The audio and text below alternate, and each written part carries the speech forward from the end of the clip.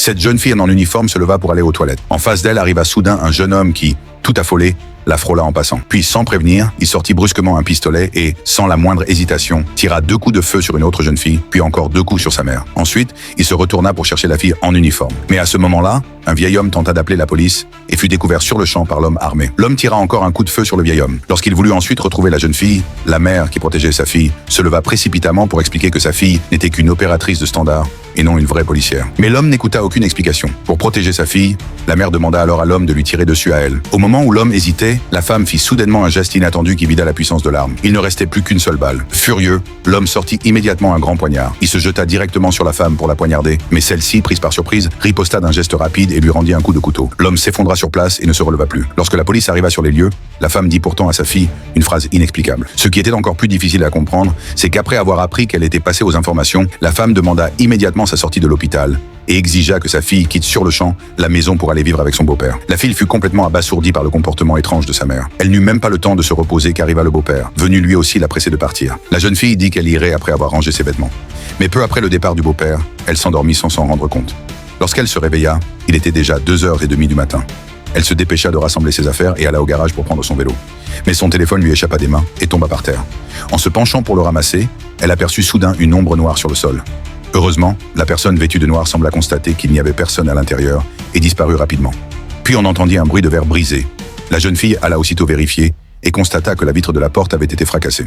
Elle entra prudemment dans la maison et tomba pile sur une scène où sa mère se disputait avec un intrus.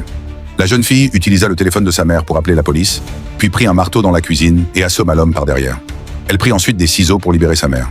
Mais en apprenant qu'elle avait déjà appelé la police, la mère lui ordonna de partir immédiatement avec la voiture de l'homme, de se rendre à Carodun dans un entrepôt en libre-service, puis de prendre la voiture qui s'y trouvait pour aller jusqu'à un hôtel dans le Maine et d'y rester jusqu'à ce qu'elle reçoive son appel. Elle lui interdit en plus d'utiliser son téléphone ou de contacter qui que ce soit pendant tout le trajet. Elle essaya plusieurs voitures, mais aucune n'était celle de l'homme. Elle jeta alors un coup d'œil à l'intérieur d'un véhicule et remarqua un pendentif en forme de dragon, un détail qui réapparaîtra plus tard. Elle aperçut ensuite une autre voiture à l'arrière et courut vers elle. C'était bien celle de l'homme.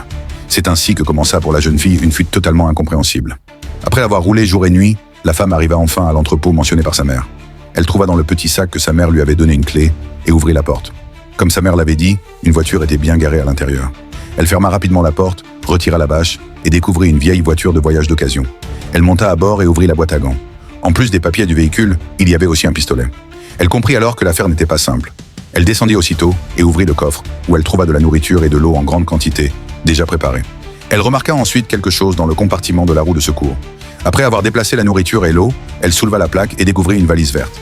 En l'ouvrant et en écartant les vêtements, elle vit une valise remplie de grosses liasses de billets. Elle ne comprenait pas comment sa mère, qui vivait habituellement dans la Gênes, pouvait posséder autant d'argent. En continuant à fouiller, elle trouva une enveloppe dans la doublure. À l'intérieur se trouvaient plusieurs permis de conduire au nom de sa mère. Elle trouva aussi une photo de sa mère plus jeune, sur laquelle on distinguait clairement une longue cicatrice dans son dos. Or, dans ses souvenirs, sa mère avait toujours dit que cette blessure provenait d'une chute lors d'un accident de voiture. Tout cela la laissa profondément perplexe. Malgré ses doutes, elle devait continuer vers le Maine et attendre l'appel de sa mère, comme on le lui avait ordonné. En chemin, elle s'installa dans un motel. Mais les événements avaient été trop rapides et trop étranges. Elle n'arrivait pas à dormir. Elle se leva donc pour aller boire un verre dans un bar de nuit voisin. En se retournant, elle vit que la télévision diffusait des reportages à propos d'elle deux. Une femme curieuse la reconnut et, voyant qu'elle refusait d'admettre son identité, alla demander à un homme à côté de confirmer. Heureusement, l'homme choisit d'aider la jeune femme à se tirer d'affaire et réussit à éloigner la commère. La jeune femme éprouva alors immédiatement de la sympathie pour lui. Ils discutèrent longuement de tout et de rien. Elle apprit que l'homme avait été soldat et lui demanda même de lui apprendre à tirer avec une arme. Mais au moment de se dire au revoir, elle aperçut soudain le pendentif en forme de dragon dans sa voiture. Il était exactement le même que celui qu'elle avait vu devant chez elle. Terrifiée, elle se retourna pour partir. Mais l'homme, étonné, ne comprenait pas pourquoi elle s'en allait sans même dire au revoir. Elle répondit vaguement avant de courir vers son motel, de verrouiller la porte, de la bloquer avec une chaise, puis de sortir son pistolet, d'y mettre les balles et d'attendre la réaction de cet homme mystérieux. Ne laissez jamais votre boisson dans un endroit que vous ne pouvez pas voir, car nous ne saurons jamais ce qui peut arriver.